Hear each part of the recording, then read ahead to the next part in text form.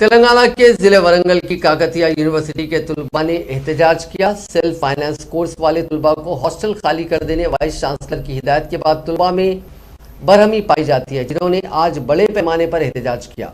उन्होंने vice chancellor और university के दीगर ओहदेदारों के खिलाफ बड़े पैमाने पर नारेबाजी की। उन्होंने कहा कि अचानक ही हॉस्टल खाली करने की हिदायत दी गई है, जो नामुनासिब है। उन तुलबा ने कहा कि ऐसी सूरत में वो कहां जाएंगे। उन्होंने कहा कि उनको नकले मकानी करने वाले मजदूरों से बुरी हालत में लाया जा रहा है। उन्होंने मुतालबा किया कि वाइस चांसलर फौरी तौर पर उन अहकामात को वापस लें। इस एहतजाज के सबब कुछ देर के लिए कशीदगी फैल गई। इत्तला मिलते ही पुलिस वहां पहुंची, जिसने बरहम तुलबा के एहतजाज को ख़त्म करने और उनके जज्बात को सर्द करने की कोशिश की।